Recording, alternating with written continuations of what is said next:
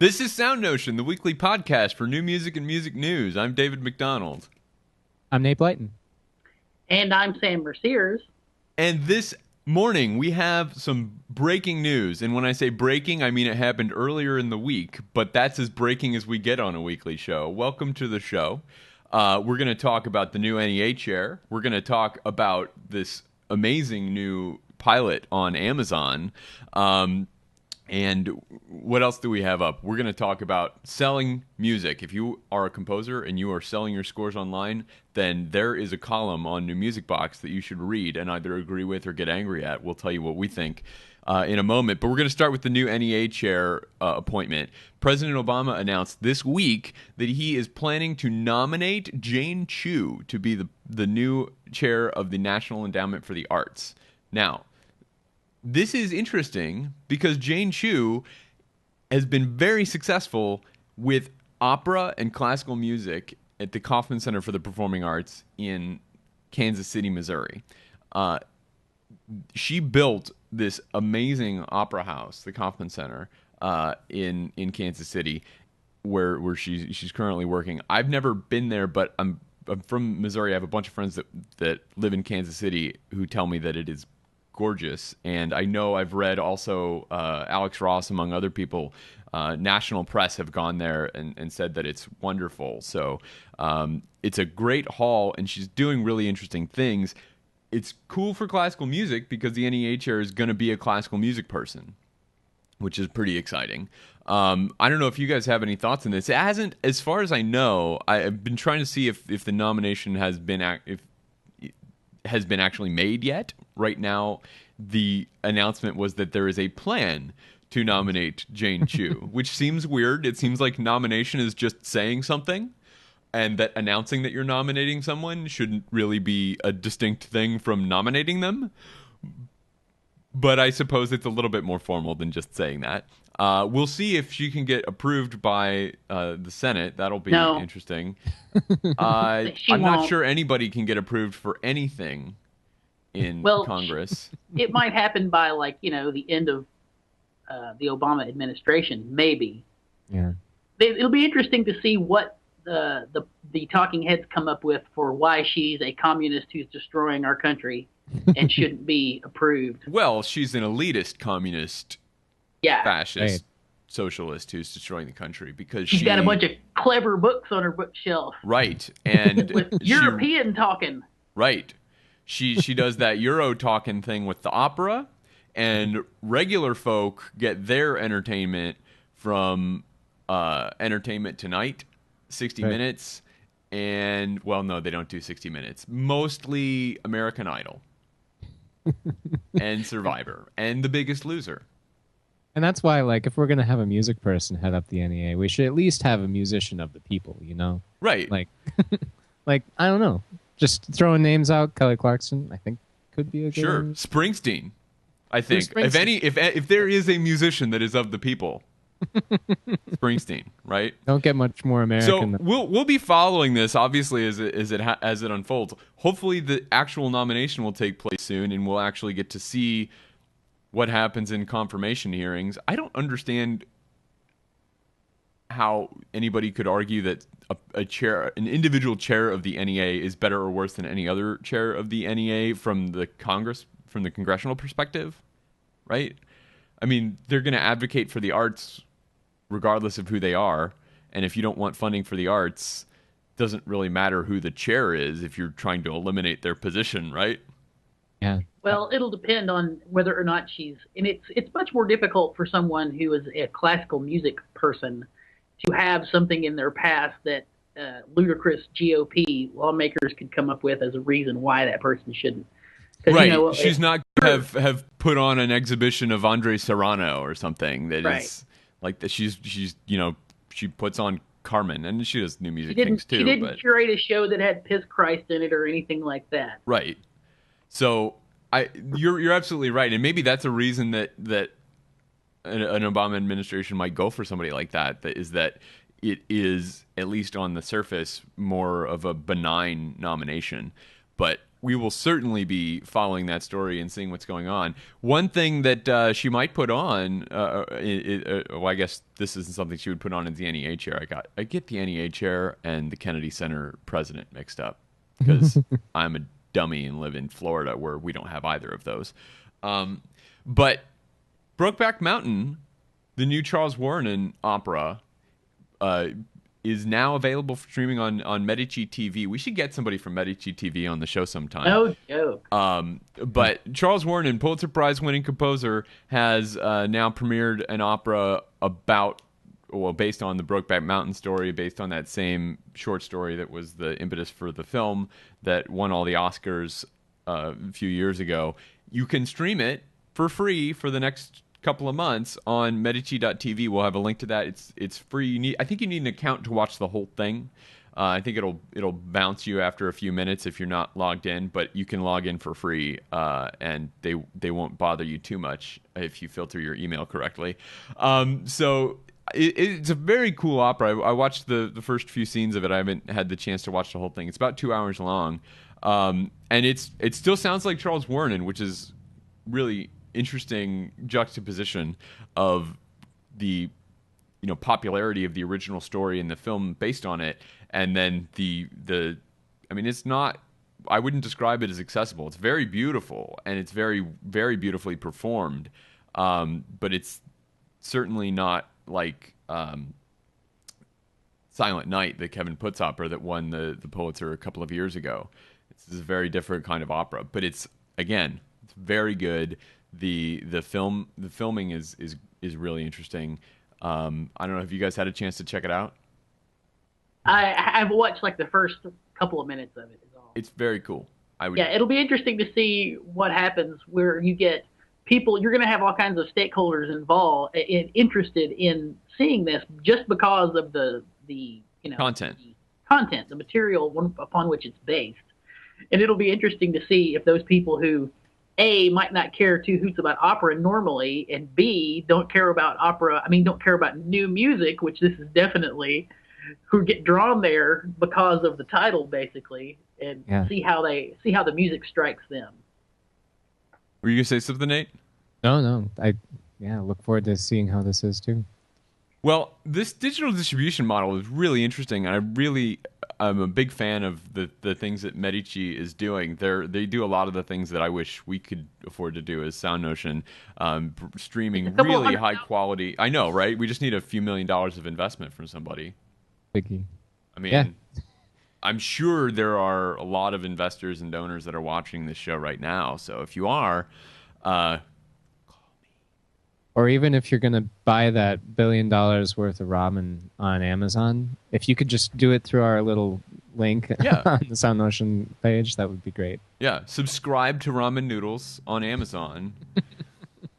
So anyway, they do a lot of really cool stuff. I would love to get more of that stuff on our network, and it's very high quality, and it brings things like a performance of an opera that is very expensive to mount and only available to people that can physically be in the room, and instantly brings it everywhere. And it's amazing that they are able to afford to do it for free. I know they have special things. It's kind of a freemium model. There are special things that you can pay extra for, but it's very cool that they have managed to keep so much of it available for free, and even the Metropolitan Opera does a lot of this, but the Met's Live in HD and Met Opera on Demand services aren't free, but again, they're very high quality, very cool digital distribution. Speaking of which, Billboard had a really interesting article this week about CD album sales. So CD album sales are now for the first. Well, this is the third time already this year that the weekly numbers have said that CD album sales are lower than digital album sales. And it's important to note that number is reflecting, it's not reflecting what they call TEA. Track equivalent albums.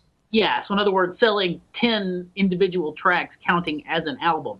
Interesting. Which is what they said a few years ago 2011 was the first year that digital download sales outpaced record sales in stores, and that determination was based on that track equivalent albums that Sam's talking about.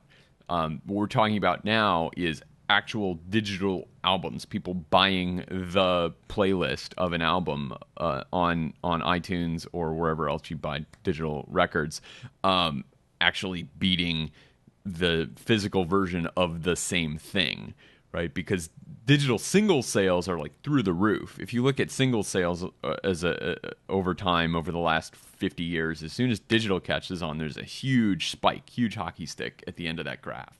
Interesting. And this is, and that was the thing that drove digital sales and digital revenue for many, many years. Many, many years, the like 10 years that we've had it. But this is now saying that people really are even buying more full albums digitally than CDs, which is unusual. Now, digital albums, I think as a whole, even albums as a group, are still declining compared to singles, which is an interesting conundrum. And it's not really something that affects classical music that much, I don't think, because so many classical works are broken into multiple tracks. And I usually, if I'm interested in one track on an album, I almost always buy the whole album, because if that thing was interesting, the people that made it are probably interesting, and I'll probably like other things on the album as well. Maybe I'm weird. Do you guys do that? No, I mean, I think that's how people use pop music too. Like, get a song from this album, and they're like, "Oh, that was cool. Let's check out what the rest of the album is. Oh, this album's great. I'll check out what the other albums are." And it's like, yeah, keep going. Yeah, Sam? I was just saying I do that as well. It's interesting to me that if you include all physical media, so if you include vinyl cassettes and DVDs, so if you're calling physical versus digital, then physical media is still in the lead in this most recent count, 51.38% versus 48.62%. But that's include, so if it's just CDs versus download, then that's what you get. If you include all physical media, then it's still in the lead. It's also interesting, and I wonder how this compares against, say, the past 10 or 15 years. 3% of all album sales this year were vinyl, which is surprising to me. Vinyl is a growth area. The vinyl year-over-year numbers are going up. Percentage-wise, it's a lot. It's like 20 or 30% a year this last year or two. Interesting. But that's just because it's such a small number. It can easily be a large percentage. Right. Well, it's a small number because it's in that context, but it's funny that you say it's such a small number. An additional 710,000 albums in the count were vinyl. But so that's a small number, only 700,000. That is a very small number of all of the albums that were released ever. In that period of time, right? In every genre, in every individual. Like, if a record had done that, it would be a hit. But, I mean, like, that's not even as many records as Beyonce sold in the first week of her new release, that, like, big secret release thing she did in December. Yeah. Like, that's not even that one album's worth of sales. So, I mean, I feel like most of just in my limited personal experience, and this is very anecdotal, not good data or anything, but most of the like vinyl collectors I know, they might get a new vinyl of some new album, but more often they'd be like sifting through looking for old used copies of things. And I wonder if they include those numbers in this. I assume this is all like new media sales. So I don't know, just in terms of like the actual vinyl moving around, I imagine there's probably more than 700,000 albums bought every year. Yeah, maybe that's not relevant to this conversation, but it's I think probably the people that are making and selling new albums don't care that much about the resales. Yeah, sure. Exactly. That would be my guess. And I don't think these numbers include resales of albums. Yeah. Just in terms of consumer use, I'm sure consumer use, absolutely. There are a lot of people buying used records, right? But the industry numbers, I think, while that is valuable probably for retailers, less valuable for record labels and other people that are looking at these numbers. When I think about the stories in classical music sometimes there are stories that beg to be turned into a comic book. And this next one is one of those. Not just because of the drama over the last 2 years surrounding these two figures, but also the name. Osmo Vanska. What a great name. Osmo Vanska, as you might remember, was the former music director of the Minnesota Orchestra. And we talked about him a lot when we were talking about the Minnesota Orchestra lockout over the last couple of years. And he resigned last fall because they had been going for so long without playing, and he gave him an ultimatum, and then eventually made good. They didn't come back to playing, and so he left. He had conducted them for their 2 Grammy-nominated albums, was the music director for their 2 Grammy-nominated albums, including the one that just won the Grammy this past, just last month, for Best Orchestra Performance of the Sibelius Symphonies that they recorded, and they kind of had to stop that project. They were on a project of recording all of the Sibelius symphonies, and the first 2 were fantastic, both nominated for Grammys. As I said, the second one. And Osmo has said that he would come back to the Minnesota Orchestra if they would have him back. But he has 1 or 2 demands. And one of those demands is that Michael Henson, who is the CEO of the Minnesota Orchestra Association, would resign. And he is one of the people that was kind of the primary villain on the Minnesota Orchestra Association during the lockout, was one of the most public figures, was one of the people that were giving the most press, giving press the most attention about the lockout, and he was getting the lion's share of the vitriol from the musicians groups and the musician support groups and the audience groups who were trying to pressure the lockout to end. He has not said that he's going to be leaving the orchestra, even though he was, by all accounts, one of the main reasons that the lockout lasted as long as it did. And so there's this now cosmic battle. And when people were presenting, kind of talking to the audience in the Minnesota Orchestra's first concerts back last weekend, there were a lot of people shouting, "Fire Hansen!" and we want Osmo back, and like there were shouts of because there are hooligans that go to these concerts now. Actually, I think it's kind of great. I don't. If you were one of those people, give us a call. We'd love to hear your side of the story. But it doesn't seem like there is. This is why it's interesting. There are enough people that would want to get Osmo Vanska back. There are enough people that would benefit from that, not least of which the audiences at Minnesota Orchestra concerts. But it's quite a lot to ask for the CEO of the organization to step down to hire a music director. Now, that might be worth it, right? If you can get more Grammy nominations and more record sales and more ticket sales through firing the person that's running the show, do it, right? Especially if you're going to get a great music director like Osmo Vanska back. And I would, again, just love to see this turned into a great comic book. Well, it's funny. There's a lot of comments. I'm looking at friend of the show Drew McManus's post about this incident, and he quotes the MOA did respond. All they said was, "We were surprised Osmo chose to register his comments with the news media when those conversations belong within the Orchestra Association." Now, yeah, just like it happened during the lockout, right? Yeah, because doing that proved so productive. In the comments, a lot of people are saying, the general trend seems to be, Osmo can say whatever he wants because he's not an employee. To me, it makes sense to say that because if that's the way he genuinely feels, that's either a way to A, pressure him into actually leaving, or B, just make it known that he doesn't like the guy. Right. And he doesn't seem like he's very well liked in general. Here's the thing, though. Looking at the comments, people are talking about how difficult it would be to find a replacement, especially while Chicago is looking for a replacement at the same time, which I didn't realize. I guess I did because the person from Chicago is leaving to go to, wasn't that the Kennedy Center or something? We reported that. not the music director, the business side, the Their president. CEO. Yeah. Yeah, that's what they're talking about. Well, they're not going to hire a. Wait, are you saying that Chicago is going to be interested in hiring Michael Henson from Minnesota after the last 2 years at Minnesota? No, That I'm saying sounds like a horrible idea. they're saying that Minnesota getting rid of Henson would be a big mistake because because they would have to compete with Chicago. right, and that to me seems silly.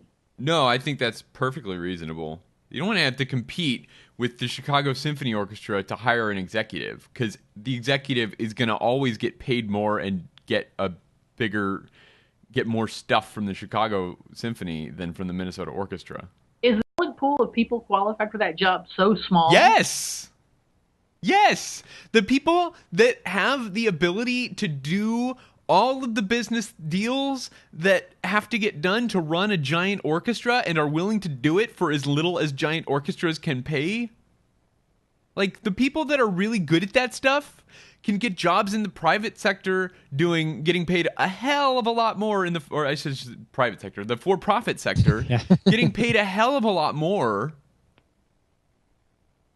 Of course it's a small pool. They already have to compete with every for-profit company in the United States. I never thought about that. Like, the orchestra world was always this, like, of course it's musicians who, like, do all these things and then end up taking some administrative role. But that's probably a really specific skill set. No, it's not a lot of crossover, especially at that level of the super execs, like the people that are running the Minnesota Orchestra and the Chicago Symphony. Interesting. Like, there's not a lot of people that can do it well and are willing to do it for what the orchestras can afford. And in fact, in a couple of weeks, March 9th, mark your calendars, ladies and gentlemen, we're going to have Drew McManus of Adaptastration on the show, and we should ask him about that, Sam. Sure. Mark that down. I don't know that Put that on your to-do list. I don't know that ask Drew smart question. I don't know that I buy your logic. I think that the talent pool of people who could do that job would want the job is bigger than you think. Well, no way to prove it one way or the other. Every place that I have ever read talking about it has said the thing that I said. I didn't just invent that. I read that from smart people like Drew and others in the past. And so we'll ask Drew when he's on the show. That's a plan. Being a business executive is really difficult, right? We make fun of people making hundreds of millions of dollars on Wall Street. Some of them are jokers, but some of them are unique individuals who are getting paid what the market will bear because nobody else can do it. I don't think using Wall Street is the best example. It absolutely is. They're business executives. That's what they do. They are business executives. Nonprofit executives, sure, are a slightly different animal. The people but who not work that different. The people who make money on Wall Street are doing so by harnessing the power of a rigged system, and this is not the same. Well, we won't dive too deeply down that particular rabbit hole. I just don't think business in general is a good analogy, but not Wall Street. Speaking of business, yeah. Speaking of business, we got some bones to pick, sort of. We haven't talked about one of these big kind of editorial think piece kind of things from New Music Box for a while, and we thought it'd be fun to do that, kind of like old times. And also, we don't have a guest, so we need something to talk about. Dennis Tabensky wrote a piece on New Music Box this week about selling sheet music on the internet. And there's a lot of really thoughtful analysis that went into this. He is talking about his experiences selling sheet music on the web, not just physical sheet music, but also digital sheet music, which I guess is still sheet music. I don't know. We kind of call it by its form factor. But anyway, I think it's, first of all, I want to point out a little weird that New Music Box gave this guy space to do kind of a pseudo quasi advertorial for his company. But whatever. He didn't. It was pretty limited, but it was right up top. His company that sells sheet music. I guess he needs to establish his expertise. That's true. That's true. He does have a lot of experience with this. You're absolutely right. Mm-hmm. But he is talking about his pricing structure is a lot of the thing is about considering the pricing structure and the importance of the pricing structure. And he is really clear up front that he thinks that if we are going to be serious about making music and that our music is meaningful and valuable, that it should be valuable in a market sense, not just in a cultural, abstract, feel-good sense. He quantifiable way, right? In very kind of harshly, coldly quantifiable way, and I don't mean that as a detriment. I just a description. Our reliance on granting organizations. This is a quote. Our reliance on granting organizations and the privately wealthy to maybe give us some funding, almost always with strings attached, has crippled our industry. We're also crippled by the ridiculous fact that most of us refuse to see concert music as an industry in the first place. The court of the Esterházys is gone. We're on our own now, and government and institutional funding is dwindling because we've allowed ourselves to be marginalized, internalizing the ideas that A, what we do is not truly important in a global sense, and B, we're above thinking about money because we're artistes, which he capitalizes and adds an A to, which is why I say artistes, and should not trouble ourselves with such mundane and vulgar matters. What do you guys think that this is something that we should be concerned with, making the thing that we do a profitable business, as he seems to be arguing? Well, here's the big thing with that whole piece is that, sure, lots of valid points. right? And I've got some bones to pick, but I'll get to that later. He never addresses the idea of the product. You know, he talks about the product of a composer. Sam, we're losing you a little bit. Speak up. He talks about the product of a composer in the abstract as if suggesting that they're sort of all the same, like we're selling, dinette sets, So every one of them is a dinette set. They all just kind of look different. And that's not the case with composition. And he talks about it as if he doesn't address the idea that it's a complete buyer's market for all except a very, very few composers who are already considered, masters of doing finger quotes. Sam, we're losing you again. You got to speak up. Something strange with the connection, I think. But he just doesn't address the fact that it's a buyer's Sam, I'm market. gonna take over for you here because I can't hear what you're saying. Hold on. Well, I can't hear what you're saying. It's a technical I'm thing. changing. How's that? Much better. Yeah. Okay. Is that okay? Yes. Yeah, it's back. Please Great. continue. Okay. I think me talking a lot made Skype start doing something to my sound. I think you're right. Yeah. He doesn't address the fact that it's a buyer's market. He treats it as if all we've got to do is act like business people and value our own work, and then everybody will start acting accordingly. And I don't think that's true. Well, right after that quote that I read earlier, he says, one only need look at Alex Shapiro, John Mackey, or Stephen Paulus, to name but a few, to see a well-published or a self-published composer who belongs to the industry of concert music, excellent artists who aren't afraid or disdainful of doing business. Now, that's great. Those people are doing great, and more power to them, but they are writing a very specific kind of music for a market. They are very responsive to their markets, and I don't mean that in a bad way. John Mackey is selling concert music to a lot of concert bands all over the country, especially in Texas, but he's selling it by the wagon load. And that's because he's writing the kind of music that those organizations want to buy and want to play. And that's not the kind of music that everybody wants to make. And the music that not everybody wants to buy and everybody wants to make and everybody wants to present can still be valuable outside of the market, but can have that kind of liberal arts cultural value thing that I was alluding to earlier. There are other ways to value music and the arts, and to hold those people up as a model is great if that's what you want to do. But to pretend that that's the only way to present an artistic proposition in his condescending use of artistes is kind of insane and a very myopic view of what the arts can and should be. Losing you, Sam. Yeah, it's weird Sam, there stuff. has got to be a setting in Skype where you can tell it not to auto adjust your volume, because that's what it's doing. I did that already. Well, Okay, it's back. go for it. Shouldn't be auto Go. adjusting. You're good. He either doesn't get it, or he thinks that you shouldn't be a quote artiste, and that not being that means that you target what you're going to actually do towards a market that might be receptive, rather than make a decision artistically about what you want to write. Like, what about somebody who wants to write operas? I mean, that's even a smaller market with higher upfront costs at getting productions and this kind of thing. Right. I don't know. I mean, just it leaves so much stuff out, but pretends to be giving a complete argument that's like a path forward, without accounting for huge sets of variables. Right. The desire of the composer being the biggest one.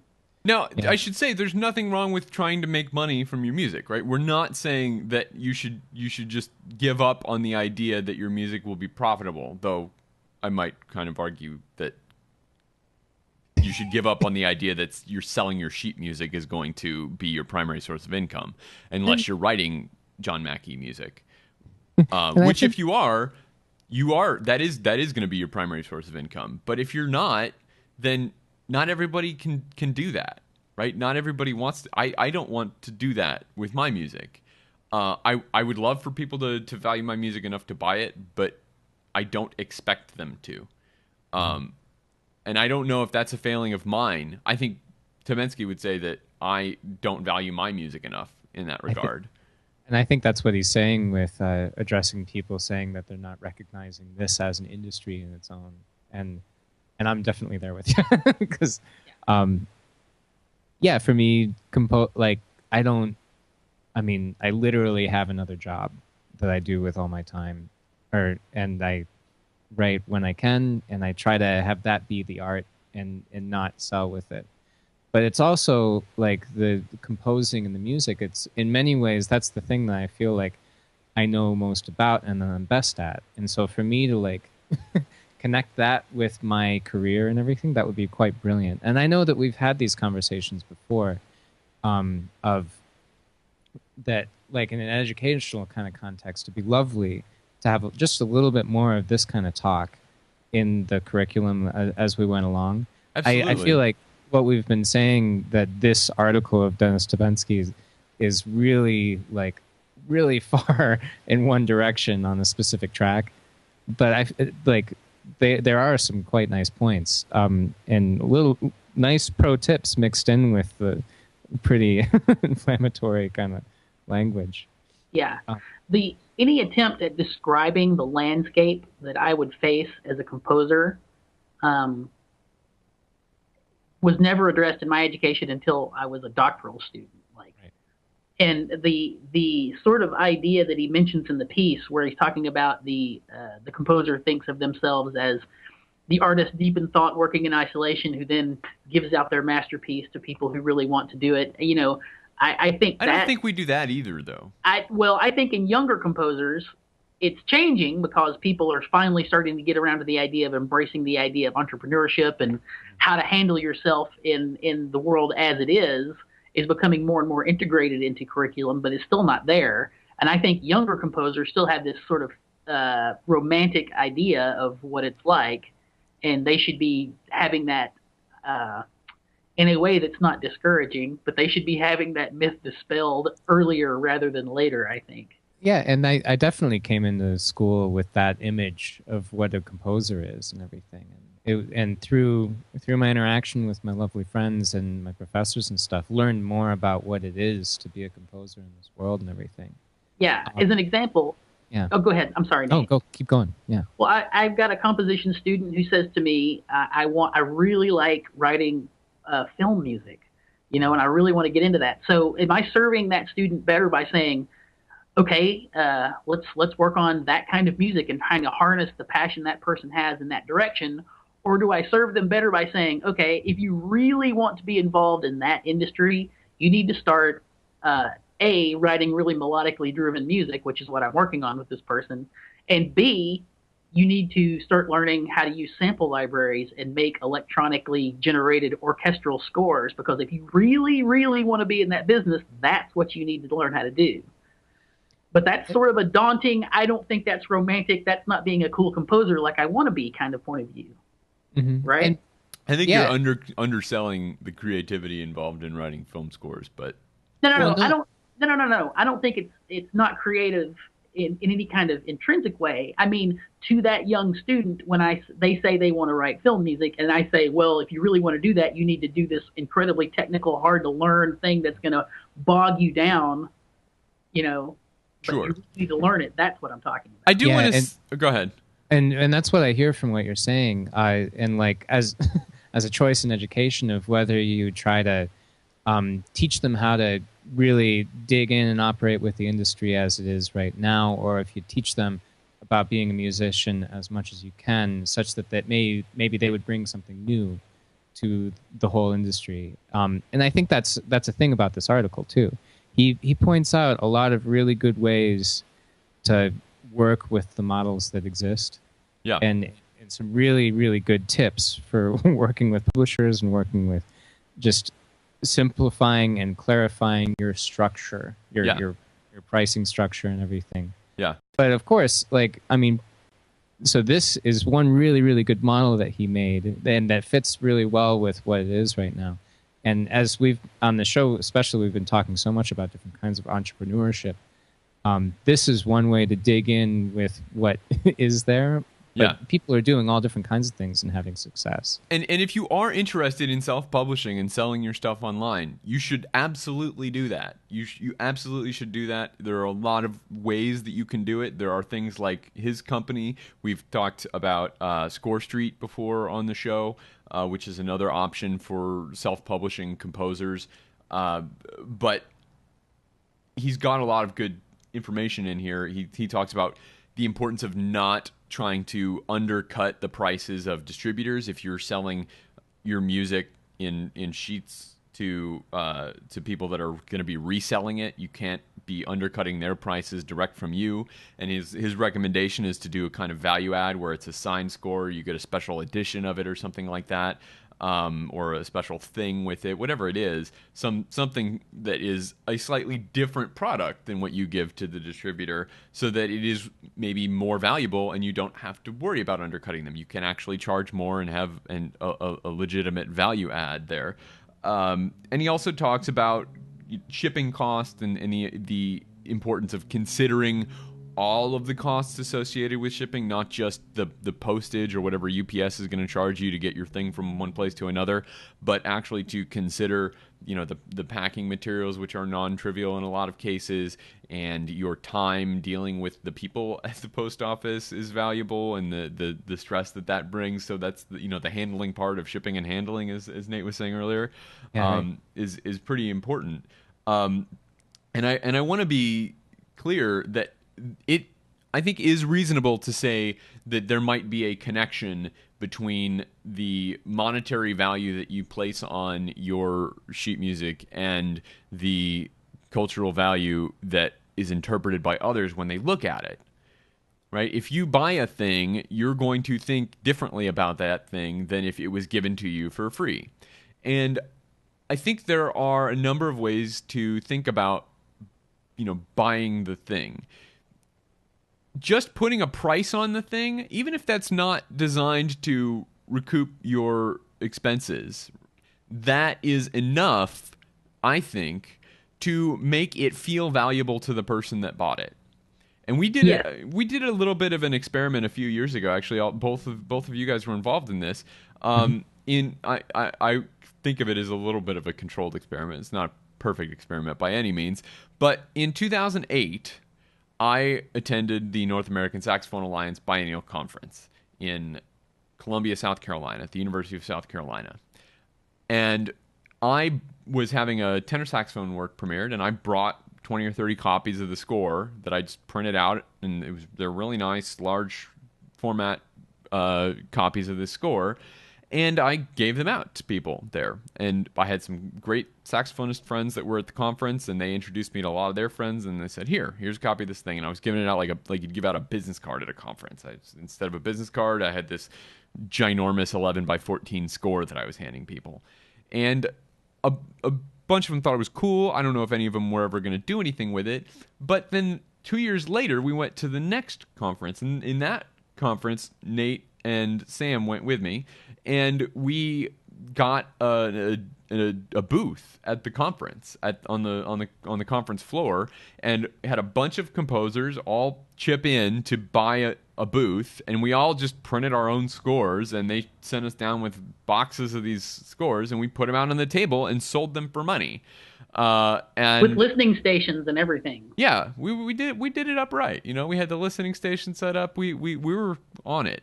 And we had a lot of people that I think were more interested in what we were doing because we had clearly spent more time and energy and money setting up the table. And the people that brought home scores and that we were in contact with before, during, and after that experience, I think were much more interested in our music because we had put a monetary value on the sheet music that we were selling. Do you agree with that, Sam? Yeah, I think that's true, but I think the analogy he draws in the article is not the best analogy. He also has a web design business, and he makes the analogy between someone paying for a newly designed website with, paying a composer for a composition, and that is not a good analogy, because when somebody wants a new website, they want a new website and they know exactly what they want it to do. They just can't implement that. If it's for business purposes or information purposes, they have a clear goal in mind that they want it to accomplish. Well, and I would add that goal is often to earn money, right? That is a tool. That is a business tool that they are asking you to build for them. I mean, even if it's for a nonprofit or something like that, it's still to, quote, earn money, because they're trying to, there's revenue. It's the first thing people see when they visit the virtual version of whatever it is. Mm-hmm. But that is sort of a seller's market, because you want a well-designed website that really functions well. But with compositions, it's not the same. People they don't run into a situation where you got quiet all of a sudden, Sam. Man. People who are looking. I can't hear you. Wait, we got to fix your Skype issue. Well, I'm not saying we need to do it now. I'm saying for next time. But I understand what you're saying. It's a different kind of situation when you're charging for something that is a business tool than if you're charging for something that is an artistic proposition, which is I think that in that regard he's arguing from a false analogy between those two ideas, which is what you're saying, right, Sam? Yeah, to me, not to knock web design and design things, but, and maybe I'm just not connected with that world as an artist, but I'd have a hard time staying up at night, having trouble sleeping with this web page that I saw stuck in my head, or something like that. Wouldn't quite have the same effect on me as a piece of music with this piece of art. Where, a web page. I can't hear you at all. Man. So it's whoa. Wait, there you go. Whoa, whatever that was a really loud noise. Okay. But anyway, he says some things in here that really kind of drove me crazy. This is another quote from later on in the article. He writes, so he gives a formula, I should say, and they're actually pretty good formulas for figuring out how to price your scores, whether you're selling them in hard copies or in digital formats.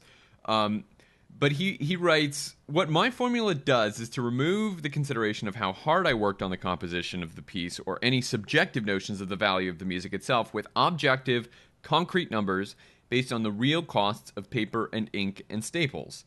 Now, I would argue that the real costs of paper and ink and staples are also real costs of time, and that does include your time and sweat putting the piece together the first time. But he says the formula takes your actual costs and figures in profit for you and profit for the people you do business with. The printer gets paid, the distributor gets paid, and the composer gets paid. If any portion of that seems unfair or wrong to anyone, they need a radical realignment of their values, which I think is pretty arrogant to say. If you disagree with this thing that I just said, then you need to make a fundamental change in your value system.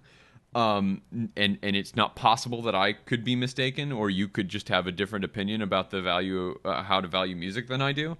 And he also writes, and this is the one that really drove me off the deep end. Meanwhile, for those composers who give all their music away for free or who purposely undercharge severely for scores and or commissions need to realize how much damage they're doing to the rest of us who intend to make a real go at being a composer for a living. We're not living/working in a vacuum. Seriously, no slashes in serious writing. We are all part of a community, and we each have real responsibilities toward one another.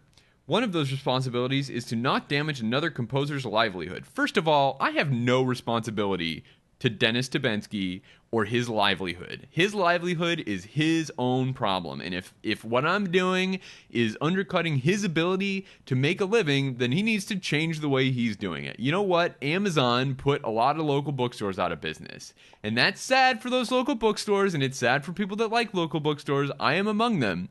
But that's not Amazon's problem to solve. That's the local bookstore's problem to solve. They need to figure out how to add value to their product. Right. And they did. The ones that stuck around did add value to their product, and they are more interesting places because of it. Yeah, it's the whole his thing with if you don't put a dollar value on it, it doesn't mean anything. Sort of overriding idea, which doesn't jive. Like if I want to write a piece and it takes me 8 months to do it, and it's 10 minutes long, and it gets one performance only, but that performance is by a pretty well-known performer, and it happens at Darmstadt, you know. That's a big line on the CD. He accounts for me. That a little bit in his writing. Yeah, but you know, I might be willing to spend all that time and sweat to do that just for that return. And you know, the kind of piece that you're going to write that would get performed at Darmstadt isn't going to sell millions of copies and get you rich to begin with. Right. They're not playing any Mackie this year at Darmstadt. Right. So it's like he's suggesting two things. Well, they might play some Steve Mackey. The only way to value music is by putting a dollar value on it, and that the way to be a responsible composer is to figure out a way to write music that is going to be, you know, highly popular in the way that Mackey's music is highly popular.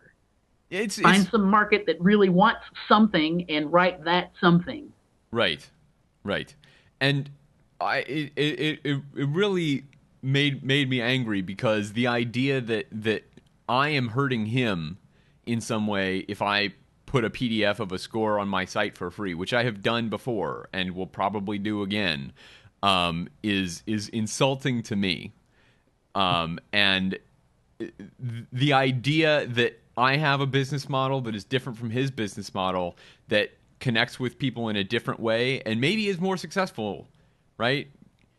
You have to compete. This is there's a modern notion of free as a business model, and you have to figure out if you are charging how to compete with free as a business model. The news journalism is dealing with this as well, right? You can get journalism for free on the internet. You can get news for free on the internet. And people that want to make money for news have had to figure out new ways to do that. They have had to figure out what they can charge for and what they can't charge for. It turns out that you can't charge for very basic information, right? You cannot charge money for the newspaper that has quotes of the State of the Union, right? Because everybody has the State of the Union. It is commoditized. Not only does everybody have it, but stateoftheunion.gov or whatever it is has the whole thing. If you want to look at the raw speech itself. So you have to figure out a way to add value to that is a unique value. That is a unique value that you can charge money for. and somebody else giving it away in such a way that somebody giving it away for free cannot affect the market for your value-added version of it. This is the Wall Street Journal model, right? Almost every newspaper tried a paywall after the digital newspaper revolution, and almost every one of the paywalls failed because there was always somebody else that had the same or very similar information in a commodity structure that you could get for free. And if you can get it for free or you can get it for $12, you're going to get it for free. If you could get it for free and you could get it for a nickel, you're going to get it for free. Right? Because there is that barrier of having to pay a nickel. But the Wall Street Journal has special value. They add value by their analysis, and they add value by analysis specifically of news that is designed to earn money for their audience. Right? The people that read the Wall Street Journal are oftentimes reading it so that they can get information that they can apply to investment and earn money. And that is something that is unique to them and is offering a very specific value in return. And if you're not offering a very specific value in return for a unique product, and if the market for my music is a part of the market for Dennis Tibensky's music, and if people can't differentiate from the thing that I'm giving away for free and the thing that Dennis Tibensky is charging, $20 for, that's not my problem. He needs to make his thing more unique, which is exactly what he's talking about when he's talking about not undercutting distributors, which is probably the craziest part of it, because clearly he already has a big chunk of the understanding of this value proposition. Yeah. I'm okay. Well, so what I did after reading this, I should say, is I went to this really cool website. It's called Gumroad, gumroad.com, and I put up one of my works in a PDF form, and it is in a pay what you want model. I set a minimum of $10. I could even lower it. I could probably say $0 pay what you want. I might do that. I might move it down to like $1, right? The minimum you can pay for the score is $1, and it is exact. In fact, I didn't realize this when I started this sentence, but it is in fact the same score that I talked about giving away for free at the NASA conference in 2008 earlier. So if anybody's interested in that, we'll have a link in the show notes, and you can check out gumroad.com. They are a site that is set up for you to sell your digital goods, whether those digital goods are novels or short stories or articles or computer software or or digital musical scores or recordings or movies that you make. Anything that you can put in a file format, Gumroad sells, and they've got a good deal of flexibility. You can set a pay what you want. You can set a floor for the pay what you want. You can set your very specific price. You can offer all kinds of stuff with it. It's very cool. So we'll have a link to that in the notes. Does anybody else have anything? I feel like I've been talking for a very long time. You were very a passionate. lot of which I was very angry. I was Can you going hear to me say, now? like, after you read that article, you sure you didn't, like, go to the gym and punch something for a while? Because it sounds kind of like where you went with it. I typed very angrily. I might have broken the W key. I'll show you guys hear me? selling Yes. things online. Well, like you said, it's weird that he has such a good grip on certain aspects of being a business as a composer, but then he dips into what I call like just pure whining. Here's the thing that really got in my grill. He says, experienced and talented film composers who used to be able to make a living on a solid handful of films each year are being driven from the field in droves because so many typically young and inexperienced composers are undercharging. Well, like if you're in business, like if you can undercharge and get the business because of that, he's placing a value judgment on them for doing that, saying that they're not getting paid enough. Well, they got to do the job, and maybe getting their name on a film is worth it to them. And here's the other one. A troubling number of ad agencies feel no embarrassment when asking for free music for a campaign that they're being paid to create. If they have experienced a situation where they say, hey, let's put out a free request for free music, and it gets fulfilled with music that suits their purposes, they would be idiots to not do it again, right? Also, in the instance of an ad campaign, allowing somebody to sync your music to their campaign, giving them a gratis sync license, can still earn money for the composer because when it gets played on the radio or on television or whatever it is, you're going to get performance royalties. Right. Like, people give gratis sync licenses all the time so they can get performance royalties. That's totally normal. It's just weird that he's talking about being an advocate for yourself and valuing your work. So he's putting all the responsibility on you in that case, but then basically saying, and the system doesn't work because these mean people do this stuff. These ad agencies do this mean stuff, and then young composers do this mean thing where they don't charge as much. If they're really young, then maybe their stuff isn't worth that much. And if you are competing with the lowest common denominator, you need to reconsider who you're competing with. Maybe you should write stuff that's better than what the 19-year-olds that are selling their stuff for $8 are making. And if it's not clear that your stuff is more valuable, then maybe it's not more valuable, Mr. Keynesian economics jerk.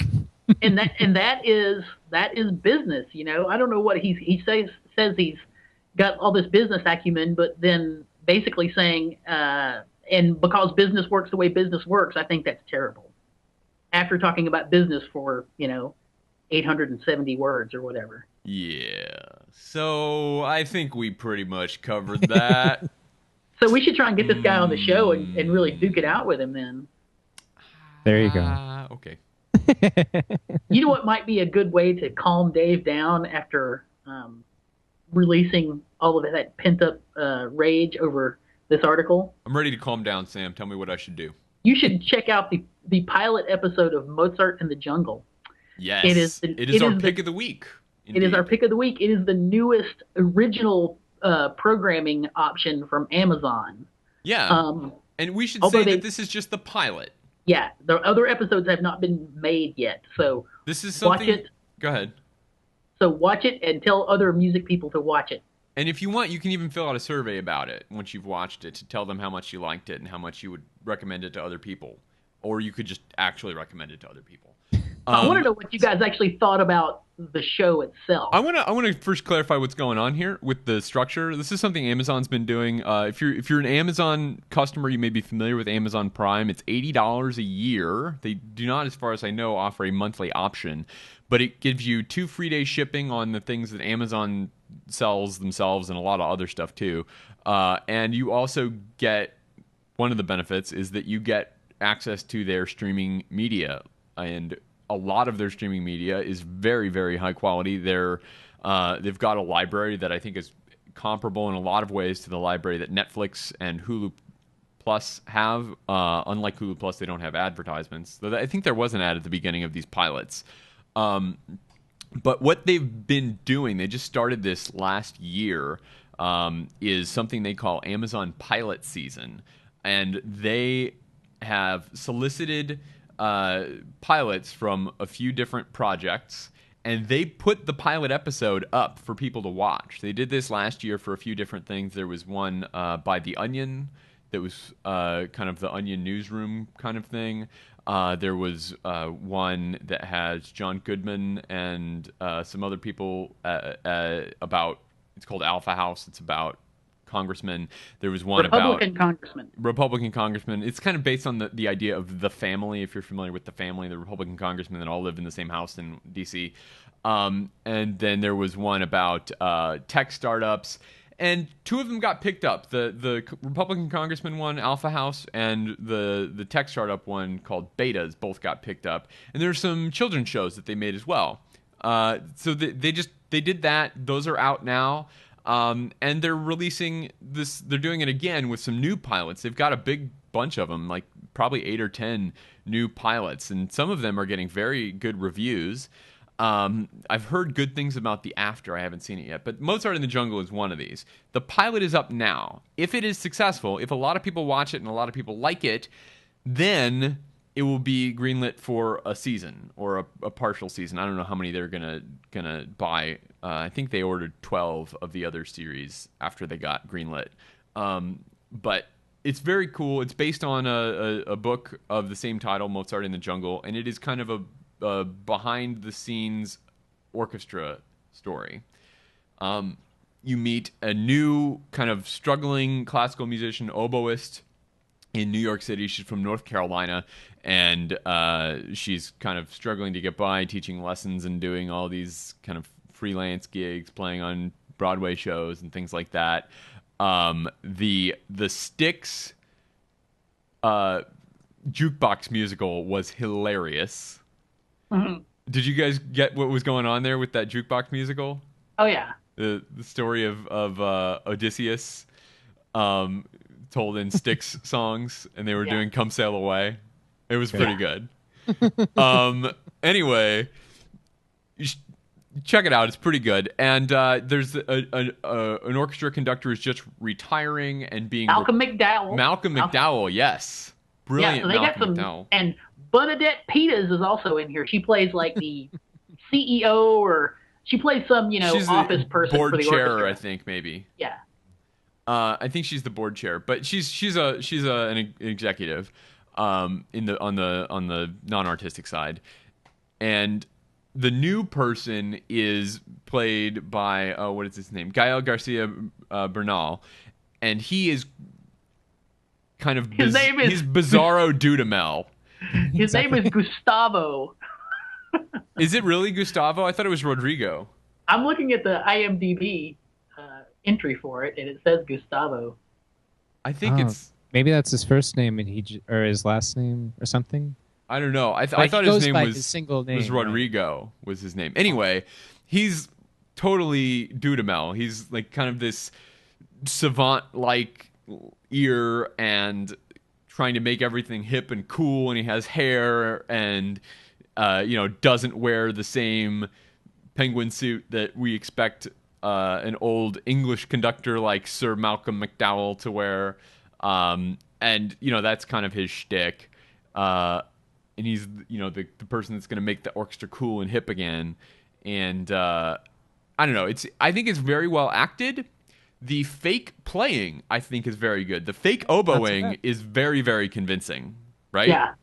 And Joshua Bell actually appears. Good point. Go ahead. Yeah, Joshua Bell is, and see, this is what's cool about the show, because it hits a soap opera. So people who are into soap opera with who's having sex with who and all this kind of stuff will like it, whether or not they have any interest in classical music. But it does stare into that world, even for us who are not, none of us live in New York and we're not playing in any major symphonies, but we just have absorbed some of that culture over time. It's a half an hour. Amazon calls it a comedy. I don't think it's a comedy. No, this didn't feel like a comedy. It's a comedy in that some funny things happen, but it's a soap opera drama to me. Right. Joshua Bell plays himself, because just a little cameo.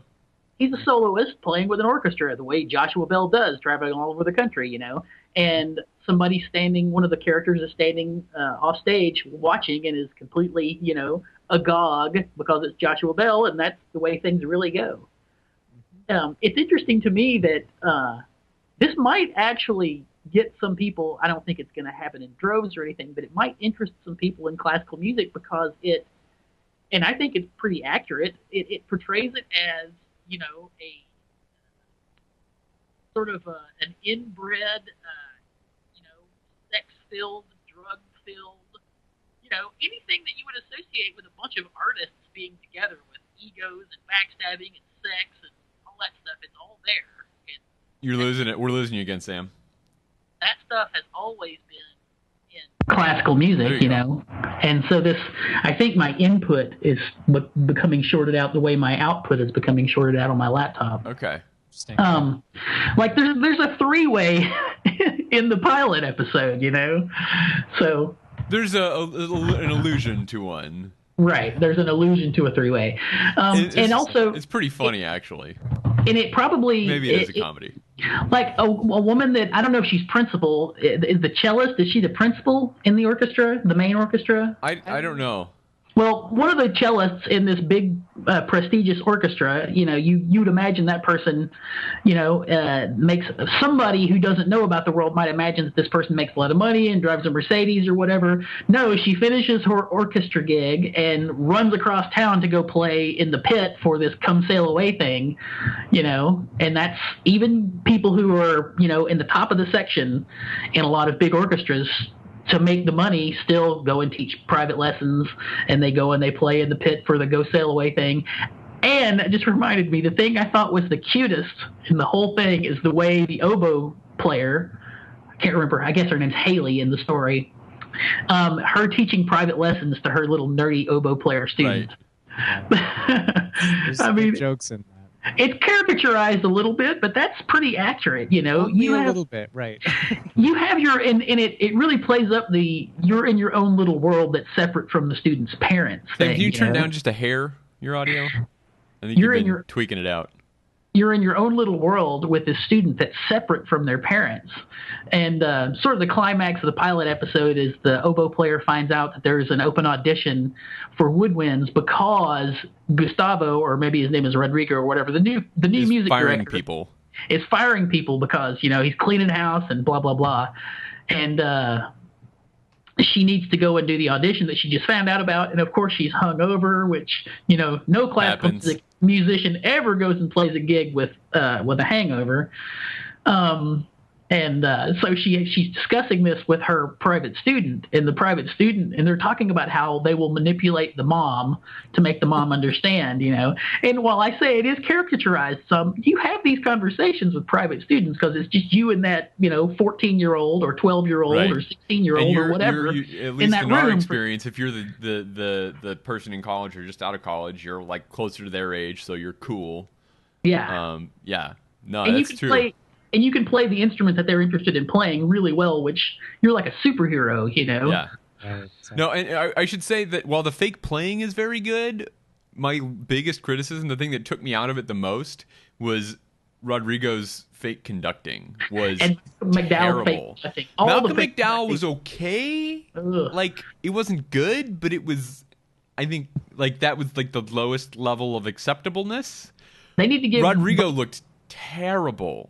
He needs to take some conducting lessons. Yeah. Some bona fide floor, door, wall, ceiling kind of, you know, conducting lessons. And I'm sure if it gets picked up, they'll do that. Yeah. I would hope. I would hope so too. Because I cannot. If there are scenes of conducting rehearsals or concerts that have him doing that, it would take me out of it entirely. Yeah. It's so bad. It looks. I feel like even if I didn't know what conducting is supposed to look like, it would still have looked awkward to me. Maybe I'm wrong. And you know, and when I was watching it, when I was watching the conducting, I thought I could have.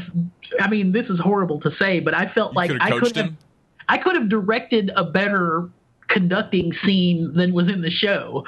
Like, I would have planned out, you know, kind of storyboard the things I want to have pictures of. It's an animated series, man. It's low budget. They got to work with what they got. Make this motion in this tempo for 10 seconds, you know, and be like yelling no, or something. I mean, just keep it simple, stupid. You know, that's the way what I would stick with when you're not dealing with real conductors, right? And you're trying to make them look like they're conducting, right? So I want to show a little bit of this. This for anybody that is not an Amazon Prime member. You can do a free trial of Amazon Prime, I think, and see some of it. But it's you know, it's something that you should check out if you're an Amazon Prime member. I don't know if it's worth you know, becoming an Amazon Prime member just to do this one thing. But if you are already an Amazon Prime member, and I feel like you know, I know a lot of people are already. I try not to assume that everyone is as nerdy as I am, but you know, people are getting nerdier all the time. So here's just a tiny little bit of this show. This is the introduction of Rodrigo.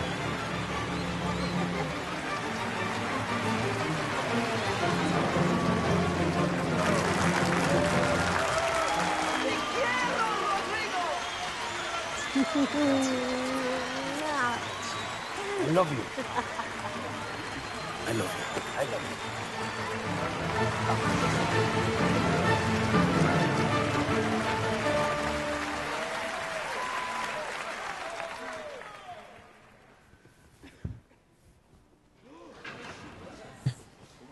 Because that's how you hold a stick. Yeah.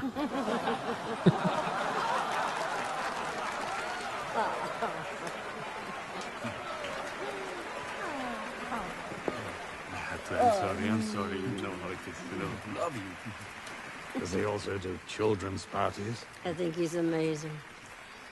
That was a great performance tonight, Maestro. Look, Gloria, I love you, but don't ever underestimate me. Darling, I think you go to the same hairdresser. So I'm playing this rich bitch gig in Sag Harbor, and the hostess is hammered off for $6. So, maybe not something to watch with the kids, we just learned. I remember being like, "Whoa!" They're laying down the gauntlet right out of the gate of what. No, they're there's a willing to lot talk about. there's a lot of strong language, a lot of strong imagery. This is TVMA. Right. Yeah, and in case you're wondering whether or not how long the Malcolm McDowell obviously has some disdain for this new guy. If you're wondering how long that percolates, don't worry, they get right into it. There's a I hate you and I hate you right back scene that comes later in the episode. Yeah. It's fun. Yeah. I like it. I think I hope it gets picked up. If it's anything like Alpha House, it was, 8-10 months between the launch of the pilot and the launch of the show itself. So if that happens, we'll definitely talk about that again on this show. But in the meanwhile, you should check it out. And if you like it, fill out the survey, tell Amazon that you liked it, and tell your friends about it. So hopefully it will get picked up. But it'll be fun, and that's our pick of the week this week. Not really music, not really the most artistically satisfying pick that we've ever had, but it is a lot of fun. So check that out. That's going to do it for this week's SoundNotion. We will be back next week. We're going to be talking to some really interesting young composers who are involved in the American Composers Forum Composition Contest, writing some music for So Percussion. If you'd like to catch us live next week, we're going to stream the show live as we do every week at 11 a.m. Eastern Time at soundnotion.tv/live. Thank you to everyone who joins us for that. If you'd like to watch after the fact, go ahead, Nate. Friend of the show, Matt Shandorf, joined us in the chat room this week. Nice. Some nice things. Nice. I missed that. Sorry I wasn't watching, Matt. But if you would like to catch us outside the context of the live show, you can do that on our site, soundnotion.tv/SN, where you'll find links to all the things that we talked about. You can leave a comment there. You can also comment with us on social media. Like us on Facebook, subscribe on YouTube, follow us on Twitter. If you want to suggest a story for the show, something to talk about, tweet it at us with hashtag SNWeekly, and we'll look at that as we're putting the show together next week. Subscribe to the show in iTunes and Stitcher Radio for streaming this to your favorite devices. If you'd like to support us, you can use the Amazon affiliate link on our site, or better yet, share us. When you're sharing the Amazon show, share our show as well. We're pretty good. I think I can do a Malcolm McDowell, right? I should be a knight. SoundNotion's introduction includes music by Patrick Gullo and video by Tyler Lepp. Thanks again for watching, and we'll see you back next week.